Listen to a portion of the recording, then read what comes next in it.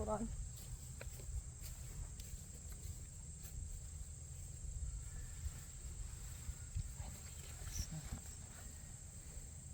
You're good?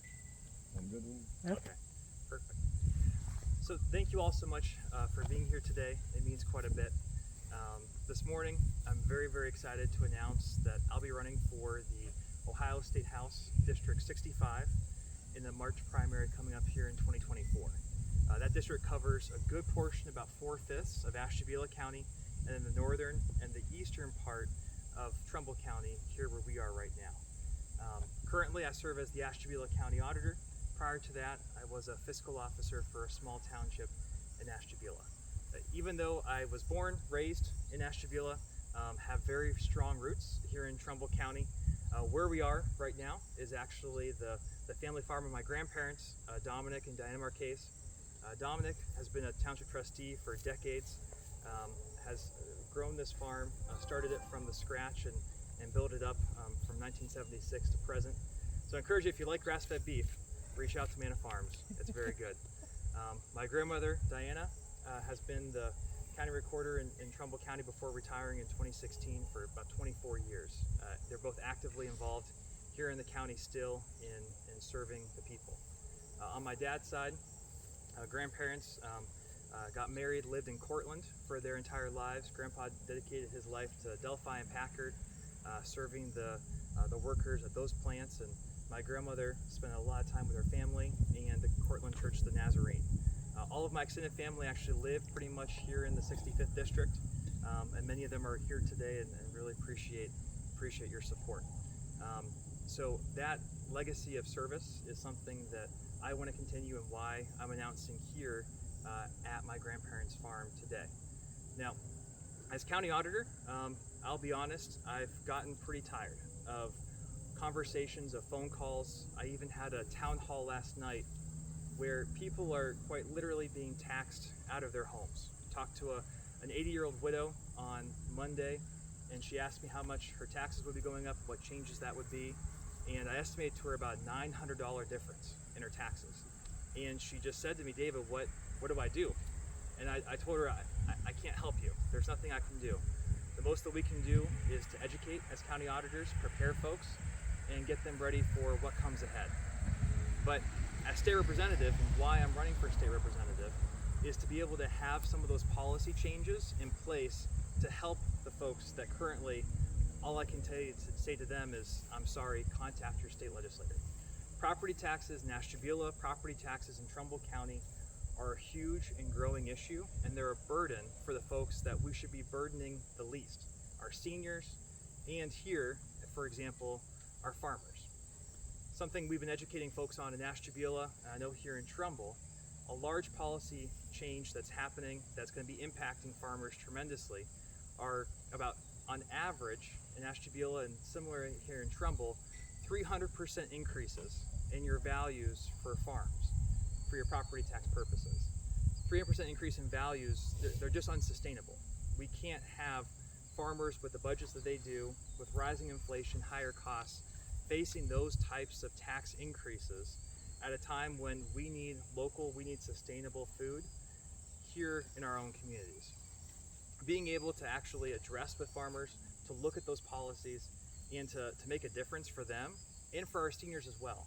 How many seniors do we know that have lived in their homes for decades, have been paying property taxes, contributing to their communities, and now because of higher values, but also a state tax policy that essentially burdens property owners much more than it used to many years ago, they're being taxed out of their homes at a time when housing prices and options for seniors are at an all-time low as well. We should have policies in place already, not when crises hit now, that will help them to be able to stay in their homes, to live out fruitfully their lives, and then to be productive members of their communities. So that is a big policy focus and a big issue that, as county auditor, I see every single day. All of our property owners having these concerns, and they ask, what can we do? How can we fix this? And my only response to them is to contact their legislator. Well, I want to be their legislator because I want to have their voice in Columbus to be able to make those policy impacts for the better. My reputation in Ashtabula is one of customer service. It's one where if you call me, and my personal phone number is 440-812-9022, give me a call. If you email me, email is david@davidthomasforohio.com. Give me an email. I'll respond to you as quickly as I can.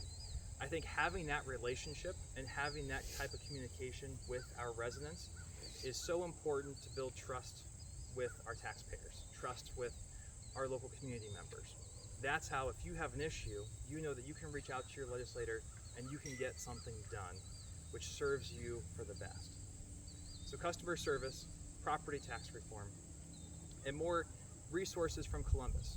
Our region, the Mahoning Valley, Trumbull County, Ashtabula County, we've changed over the last 10 or 15 years.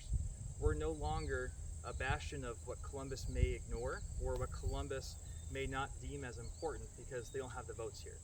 Now they have the votes here. We're sending representatives down to Columbus who are in the majority, who are making an impact.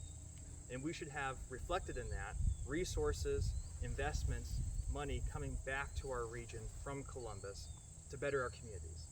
Having strong leaders who don't use coercion or force, but instead use relationships and communication with our elected representatives in Columbus will make the difference to bring the investment back home.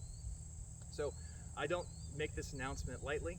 I make it after months of conversations, months of meetings, and speaking with a wide variety of different folks in Trumbull and Ashtabula County to get their perspectives, to see what are the needs in our communities. And as County Auditor, I've served now with our second term here, and I'm excited to continue serving in a role that I think can help many more people after taking those experiences and having them grow. So I'm happy to take any questions from folks. I appreciate taking the time to come out today. Again, the farm here is very important. It's important to our family.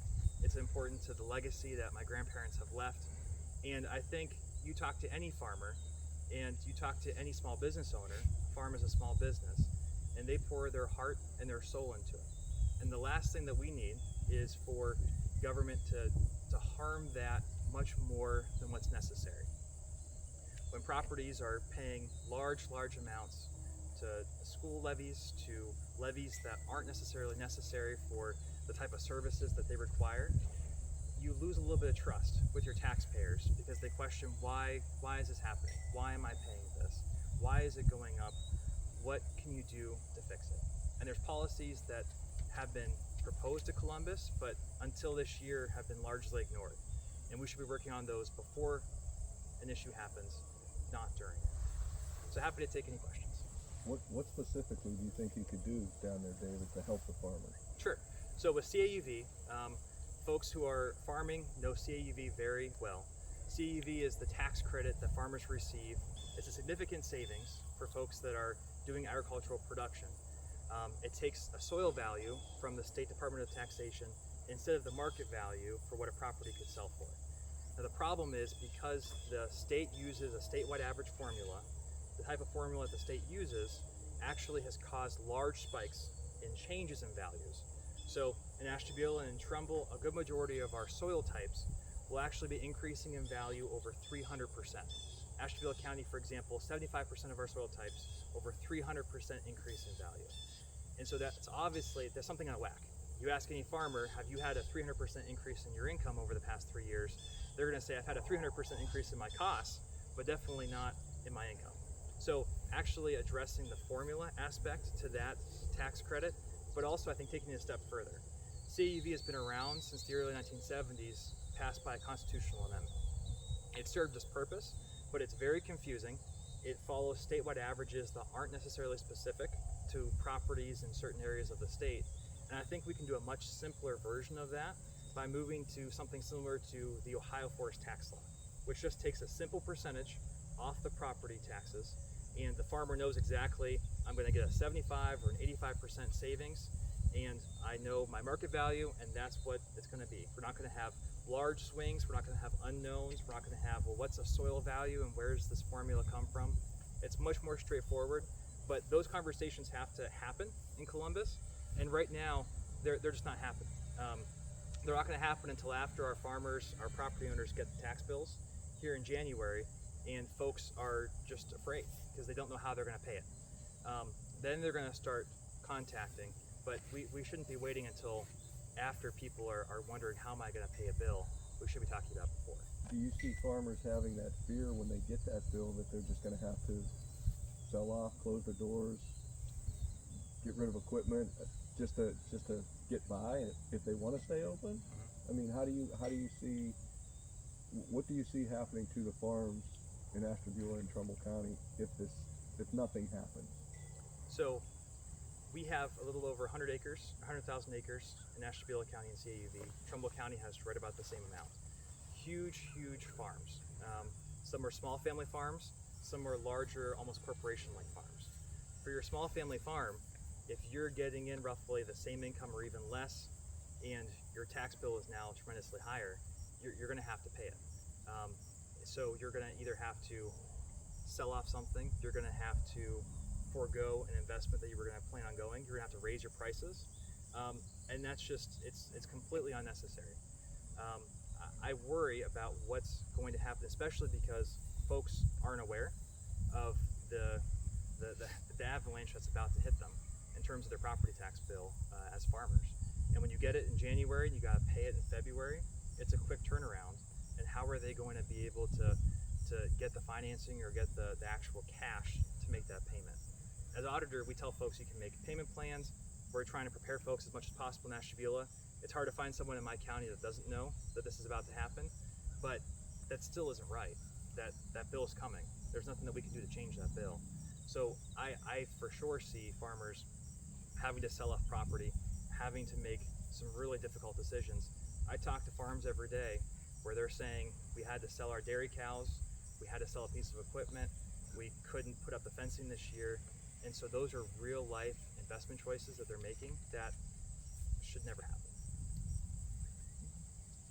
Do you think you'll be able to accomplish these changes that you're proposing in one term, or is this going to be a longer term deal that you're hoping to embark on?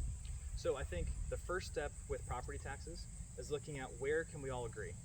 And we all should be able to agree that seniors should not be burdened with a majority of school funding and a majority of their local government funding requirements. So that's, I think, something that Columbus is starting to agree on, starting to see. This past summer, testified on a bill, went down for a press conference for a bill to help our seniors with increased homestead. So homestead now is tied to inflation, the credit that folks can get. That's the first increase to the homestead for seniors since 2007. So how long did that take for folks to say, we need to be able to help our seniors more? That's what I worry about, is that there's not quite the realization in Columbus that property taxes are an issue and we need to address them. But once I think you get enough folks that are pushing, that are sharing the message, you're getting enough property owners to reach out to their legislators and say, this is a problem, I can't afford my taxes anymore. I think we can probably do some pretty easy things. For example, why couldn't we increase the homestead for our seniors who are on fixed incomes to the amount roughly that they pay for school taxes? I think that's a reasonable response to our seniors to say, you don't have grandkids, you don't have kids in the schools. Yes, you're benefiting as a community, but you shouldn't be burdened or sharing the full weight of your school taxes. We'll increase the homestead to be able to offset some of that for you.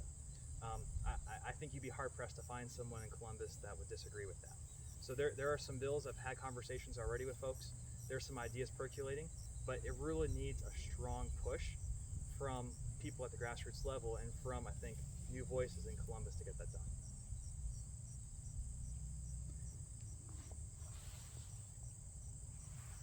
Any other questions? No? Awesome. Well, thank you all again so much. There's plenty of pastries and everything back there. Hope you enjoy it. I'm sure they'd love to give you a tour or walk you around, see some of the cows as well. So appreciate taking the time today and coming out.